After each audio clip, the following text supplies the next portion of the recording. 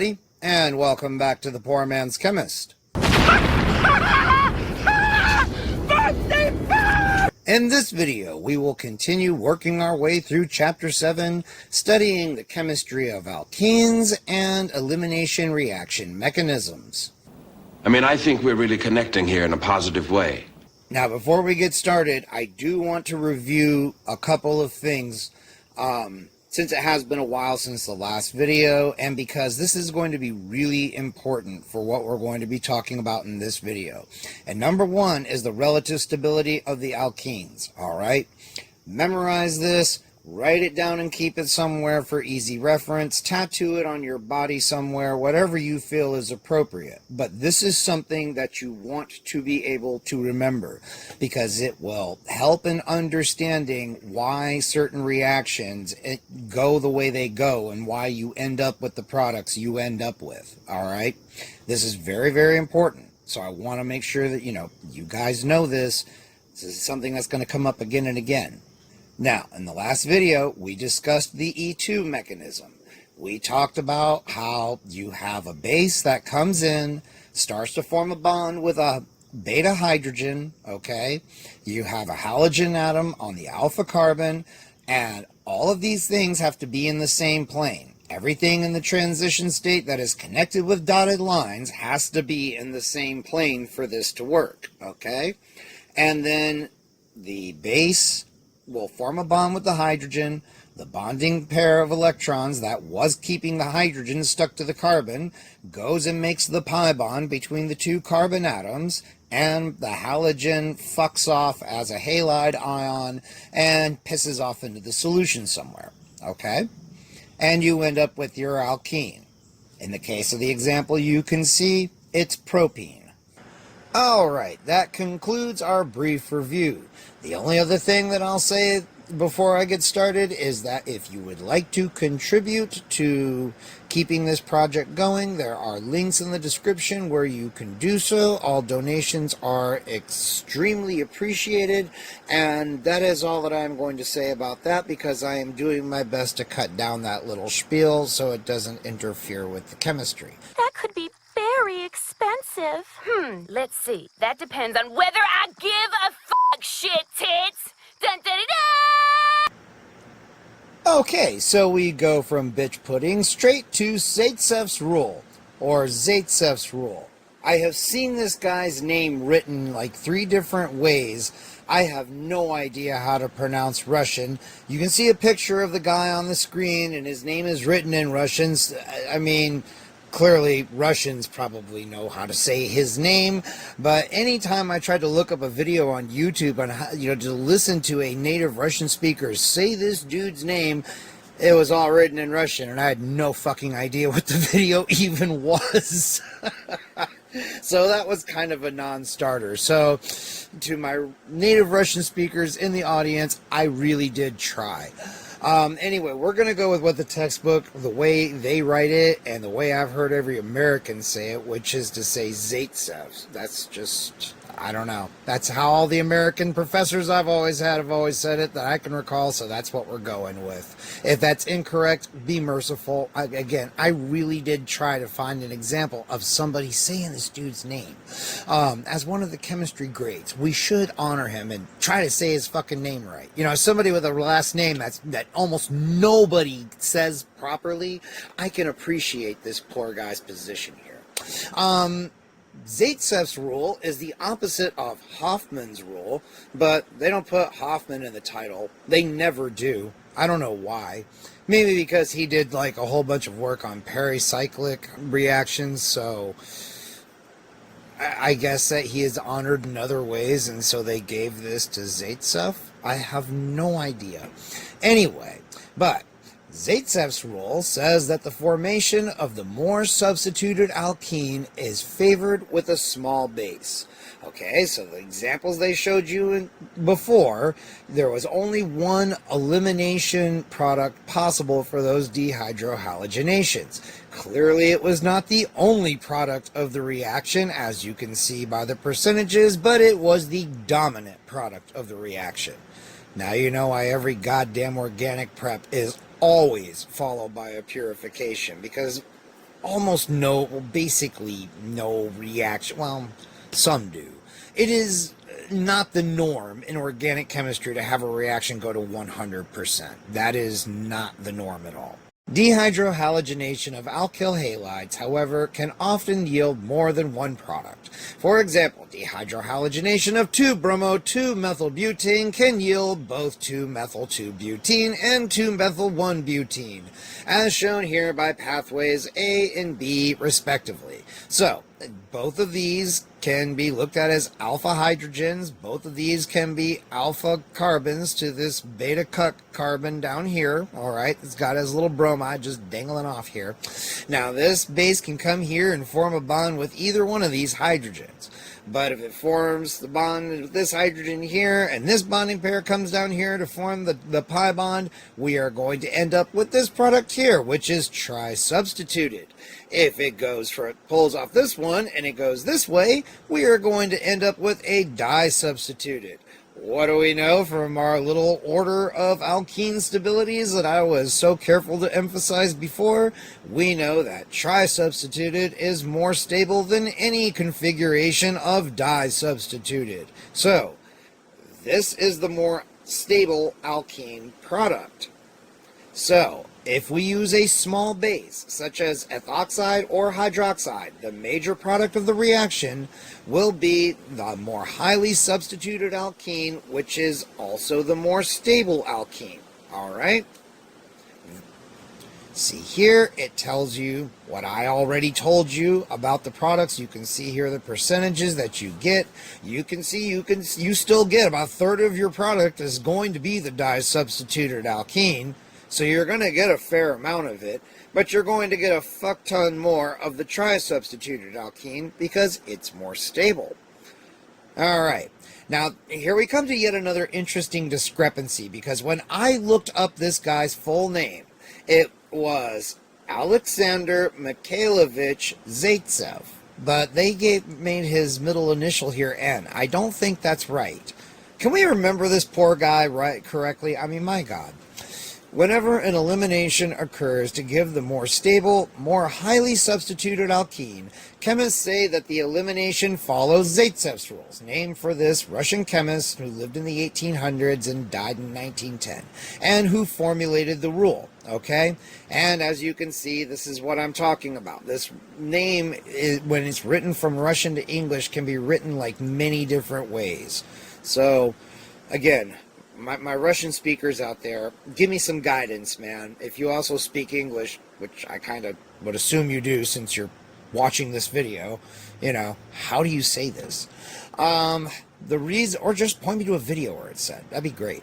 The reason for this behavior is related to the double bond character that develops in the transition state for each reaction, okay? Come down here, see our lovely free energy diagram, alright? You can see that one transition state that leads to one product is lower in energy than the other transition state, which leads to the other product, the less stable product. Do we see that? There is a difference in free energy of activation of the transition states. If we have a transition state that's lower in energy, what do we know about that?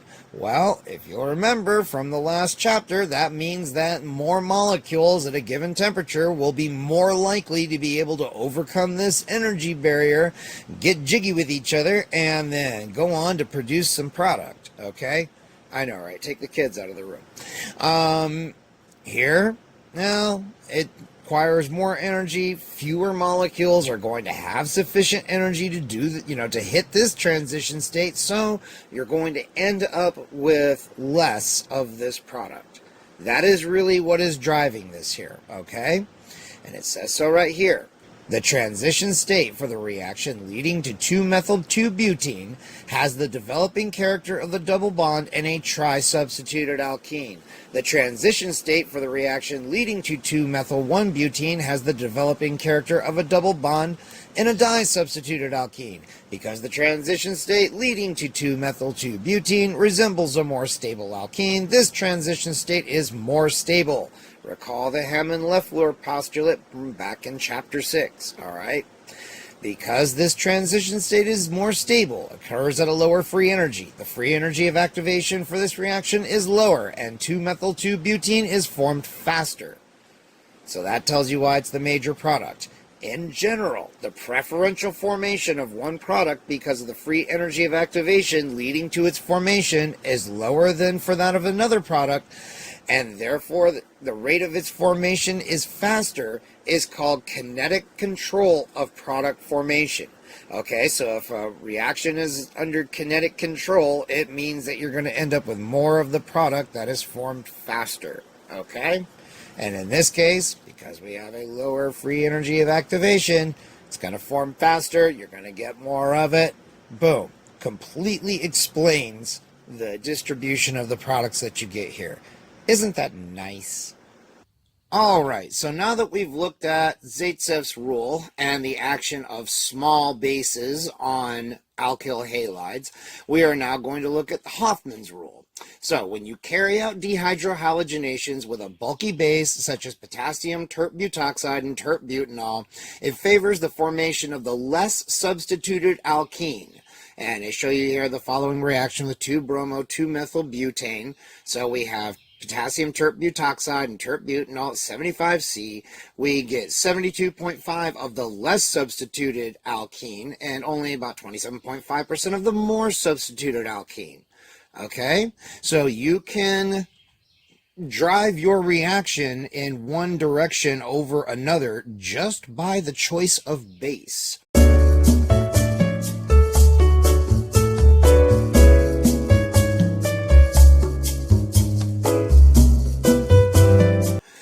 Come down here, it tells you why this happens. The reasons for this behavior are related in part to the steric bulk of the base and to the fact that in terp-butanol, the base is associated with solvent molecules and thus made even larger. The large terp-butoxide ion appears to have difficulty removing one of the internal secondary hydrogen atoms because of greater crowding at that site in the transition state. It removes one of the more exposed primary hydrogen atoms of the methyl group instead. Okay? So, when we have an elimination that yields a less substituted alkene, we say that it follows Hoffmann's rule.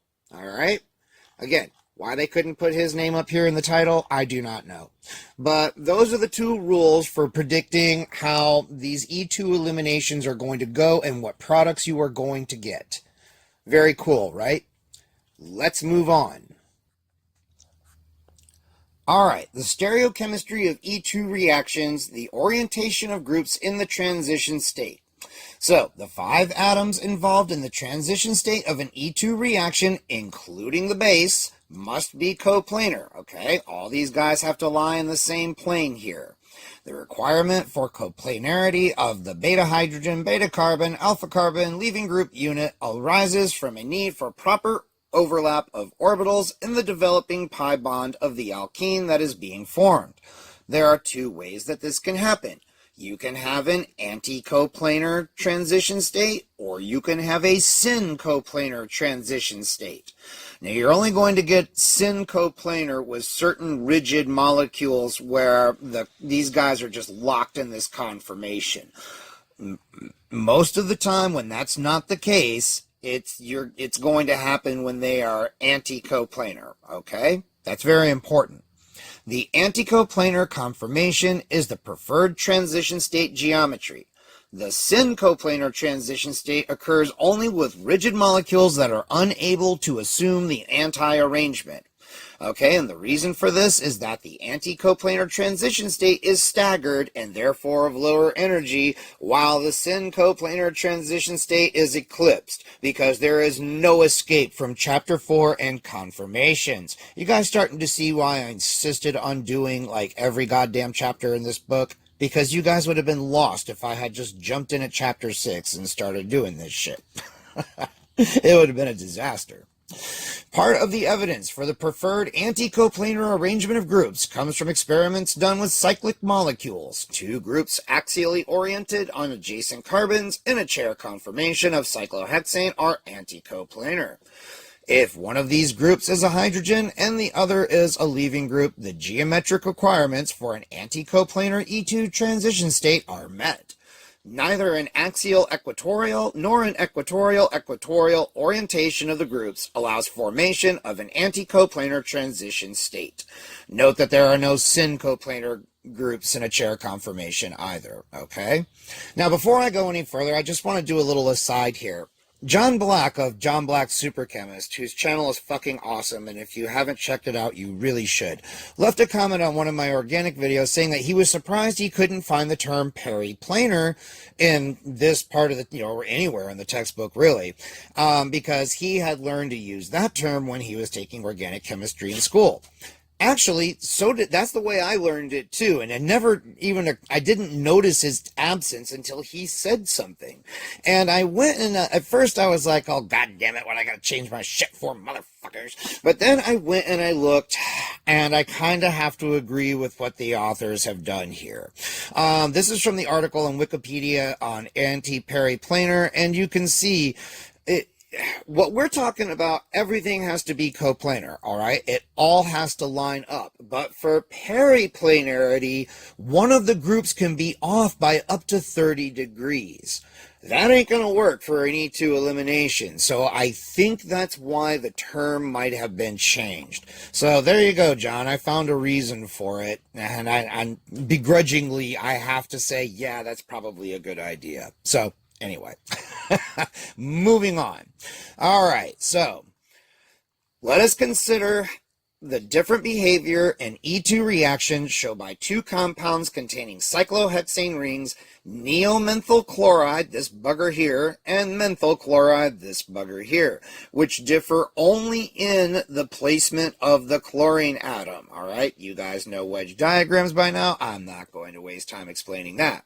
Now, if this sounds like menthol, you're not wrong. This is actually the derivative, what you would get if you replace the hydroxyl in menthol with a chlorine atom, with a halogen. Okay, when you do that in the name, you take the name of the alcohol, you drop the "ol", and then you add "il" and the name of the halide. So in this case, neomethyl chloride and methyl chloride derived from neomethyl alcohol and menthol. In the more stable conformation of neomethyl chloride, the alkyl groups are both equatorial and the chlorine is axial. There are also axial hydrogens on both carbon atoms 1 and 3. The base can attack either of those hydrogen atoms and achieve an anti-coplanar transition state for an E2 reaction. Products corresponding to each of these transition states, which are 2-menthene and 1-menthene, are formed rapidly. In accordance with Zaitsev's rule, 1-menthene, which is the more highly substituted double bond, is the major product. On the other hand, the more stable conformation of methyl chloride has all three groups, including the chlorine, equatorial. For the chlorine to become axial, methyl chloride has to assume a conformation in which the large isopropyl group and the methyl group are also axial. This conformation is of much higher energy, and the free energy of activation for the reaction is large because it includes the energy necessary for the conformational change.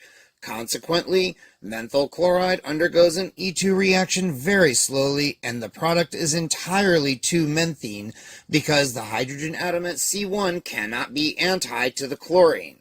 This product, or any product that results from the elimination reaction to yield a less substituted alkene, is called the Hoffmann product. All right? And that brings us to the E1 reaction. Some elimination reactions follow a pathway that exhibits first-order kinetics. We call these types of eliminations E1 reactions. E1 reactions compete with SN1 reactions.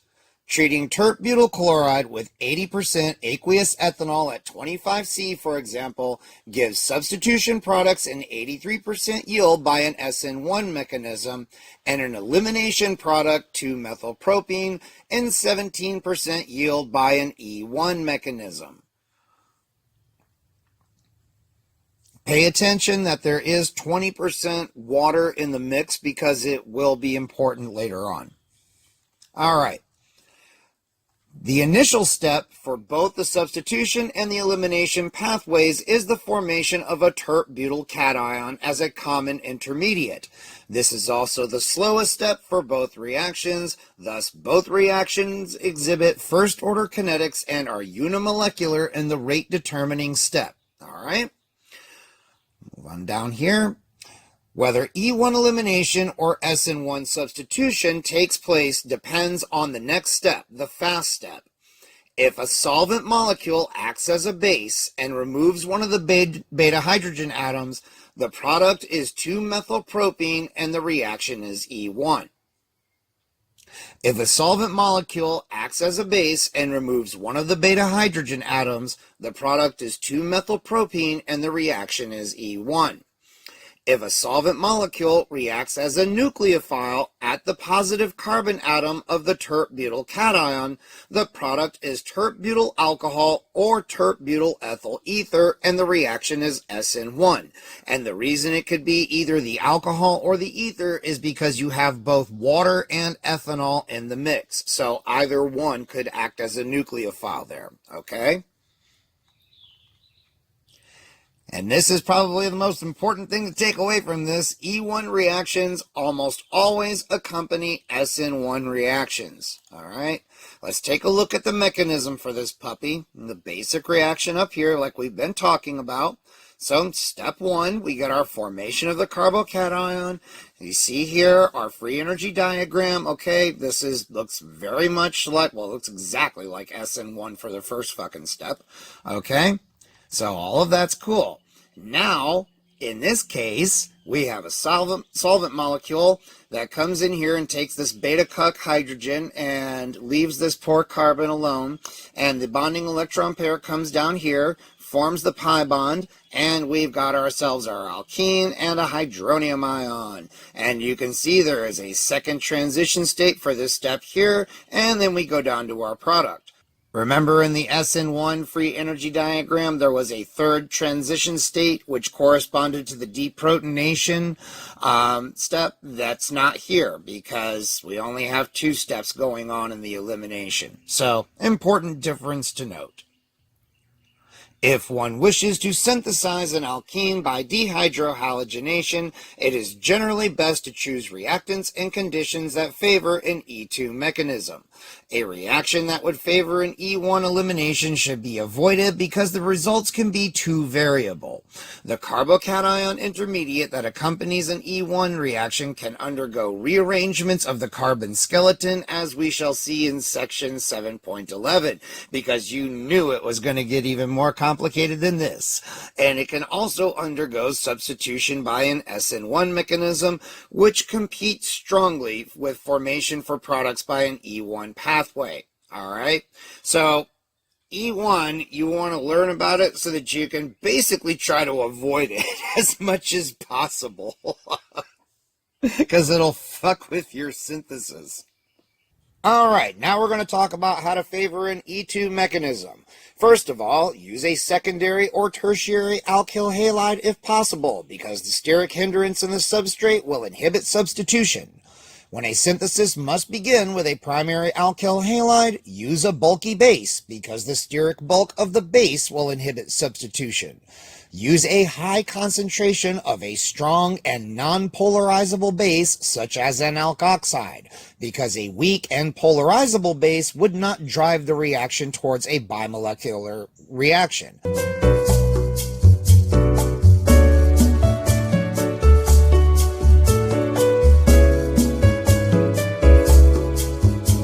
Thereby allowing unimolecular processes such as SN1 or E1 reactions to compete.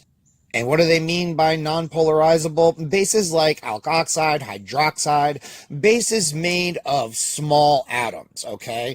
Bases made of large atoms, the valence electrons are far from the nucleus, and so it is easier to distort those electron clouds than it is in a small atom like, say, oxygen, carbon, or hydrogen, because those electrons are fairly close to the nucleus, as opposed to an element like iodine or something, or chlorine even. Sodium methoxide and ethanol and potassium tert-butoxide and tert-butanol are bases typically used to promote E2 reactions. Note that in each case, the alkoxide base is dissolved in its corresponding alcohol, as I have already pointed out 100 times now. Potassium hydroxide dissolved in ethanol or tert-butanol is also sometimes used, in which case the active base includes both the alkoxide and hydroxide species present at equilibrium. This is why hydroxide dissolved in an alcohol can behave as a very strong base, even though it's not deprotonating the alcohol to any great extent.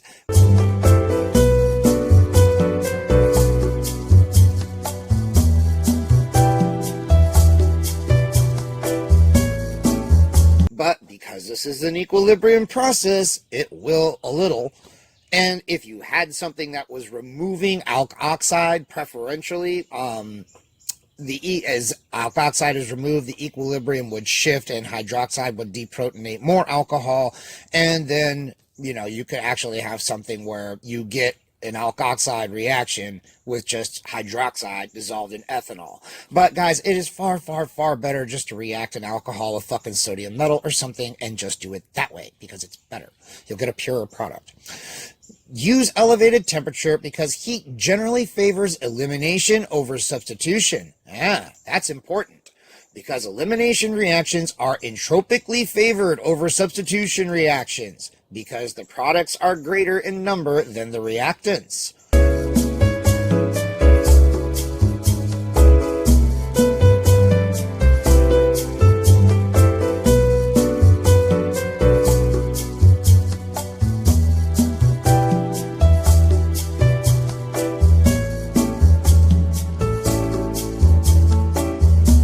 Hence, the entropy change in the Gibbs free energy equation, delta G equals delta H minus T delta S, the equation that is burned into our brains forever, is significant, and delta S will be increased by higher temperatures since T is a coefficient, leading to a more negative favorable delta G. Alright, so now that you all have been thoroughly introduced to SN1, SN2, E1, and E2 reaction mechanisms, we're going to talk about how these two different types of reaction mechanism compete with each other. So, all nucleophiles are potential bases, and all bases are potential nucleophiles.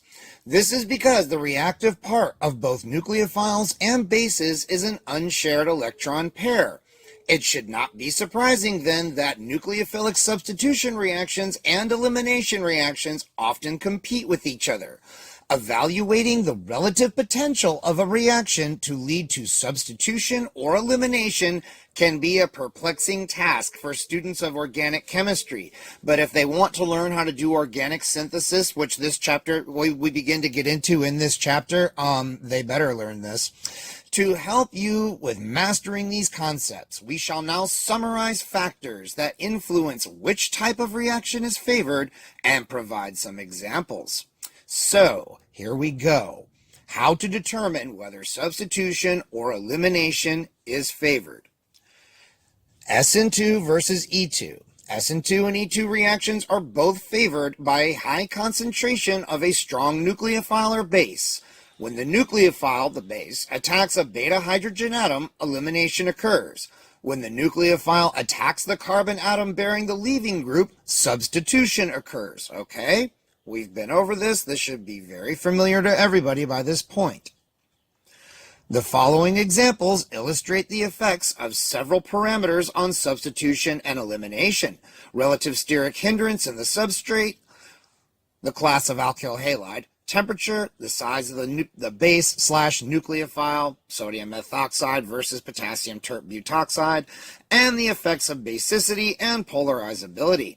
In these examples, we shall also illustrate a very common way of writing organic reactions, where reagents are written over the reaction arrow, solvents and temperatures are written under the arrow, and only the substrate and major organic products are written on the left and right of the reaction arrow. We also employ tactical shorthand notations of organic chemists, such as exclusive use of bond line formulas and use of commonly accepted abbreviations for some reagents and solvents. Because now that you guys have gotten this far, we are going to, you're basically now in the realm of real organic chemistry. Congratulations, you have fucking made it. All right, let's dive in. You're starting to see why students fear this course? It's great. All right, for primary substrates. When the substrate is a primary halide and the base is strong and unhindered, like ethoxide ion, substitution is highly favored because the base can easily approach the carbon bearing the leaving group, okay? You see that right here in this reaction. See the percentages of the products. A secondary substrate. With secondary halides, however, a strong base favors elimination because steric hindrance in the substrate makes substitution more difficult. So here with a secondary alkyl halide, you see that the E2 product is 79% and the SN2 product is minor at 21%. Tertiary substrates. With tertiary halides, steric hindrance in the substrate is severe and an SN2 reaction cannot take place. Elimination is highly favored, especially when the reaction is carried out at higher temperatures. Any substitution that occurs must take place through an SN1 mechanism. So you see here we have a tertiary alkyl halide, tert-butyl bromide. Do this reaction here under these conditions, we end up with E2 as a major product and only a little bit of SN1. But when we heat it, man, we end up with 100% elimination product, all right? Because it only goes by E1 or E2. So you can see what a dramatic difference this can make. Increasing the reaction temperature favors elimination, E1 and E2, over substitution. Elimination reactions have greater free energies of activation than substitution reactions because more bonding changes occur during elimination. When higher temperature is used, the proportion of molecules able to surmount the energy of the activation barrier for elimination increases more than the proportion of molecules able to undergo substitution, although the rate of both substitution and elimination will be increased. Furthermore, elimination reactions are entropically favored over substitution because the products of an elimination reaction are greater in number than the reactants. Additionally, because temperature is the coefficient of the entropy term in the Gibbs free energy equation, an increase in temperature further enhances the entropy effect, as I've already pointed out. All right, the size of the base/nucleophile. Increasing the reaction temperature is one way of favorably influencing an elimination reaction of an alkyl halide. Another way is to use a strong, sterically hindered base, such as the tert-butoxide ion, the holy tert-butoxide ion. The bulky methyl groups of the tert-butoxide ion inhibit its reaction by substitution, allowing elimination reactions to take precedence. We can see an example of this effect in the following two reactions. The relatively unhindered methoxide ion reacts with octadecyl bromide primarily by substitution, whereas the bulky tert-butoxide ion gives mainly elimination. All right, everybody see that? Cool. So this is why I'm saying, people, take notes. I told you. Basicity and polarizability. Another factor that affects the relative rates of E2 and SN2 reactions is the relative basicity and polarizability of the base/nucleophile. Use of a strong, slightly polarizable base, such as hydroxide ion, amide ion, or alkoxide ion, especially a hindered one, tends to increase the likelihood of elimination by E2. Use of a weakly basic ion, such as chloride, or acetate ion, or a weakly basic and highly polarizable one, such as bromide, iodide, or a thiolate ion, increases the likelihood of substitution by SN2. Acetate ion, for example, reacts with isopropyl bromide almost exclusively by the SN2 path. Pretty cool, right? Neat trick to know, huh? The more strongly basic ethoxide ion reacts with the same compound mainly by an E2 mechanism. Neat, right? Tertiary halides, SN1 versus E1. Because E1 and SN1 reactions proceed through the formation of a common intermediate, the two types respond in similar ways to factors affecting reactivities. E1 reactions are favored with substrates that can form stable carbocations, like tertiary halides. They are also favored by the use of poor nucleophiles, weak bases, and they are generally favored by the use of polar solvents. It is usually difficult to influence the relative partition between SN1 and E1 products because the free energy of activation for either reaction proceeding from the carbocation, loss of a proton, or combination with a molecule of the solvent is very small. In most unimolecular reactions, the SN1 reaction is favored over the E1 reaction, especially at lower temperatures. In general, however, substitution reactions of tertiary halides do not find wide use as synthetic methods. Such halides undergo eliminations much too easily. Put that in your notes. Increasing the temperature of the reaction favors reaction by the E1 mechanism at the expense of the SN1 mechanism.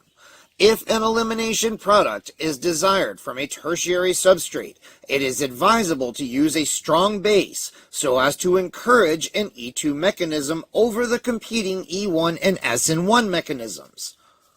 And then they go through several examples on illustrating these principles that you can go through on your own, because we have covered so much material in this video. I think this is a good stopping point. Like I've said, y'all, welcome to organic chemistry. We really are going to start getting it. I mean, there's a whole section of where we will begin organic synthesis and retrosynthetic analysis later on in this chapter. You're here. You have arrived. You are learning organic synthesis. And for those of you that have never taken this in a class, I mean, now you see why university students fear it so much, because there's just a lot of material to learn and to, frankly, just to memorize. This is why we always encourage you to write things down. Keep a notebook. Keep all of this shit for easy reference so that you can go back and look at it easily, okay?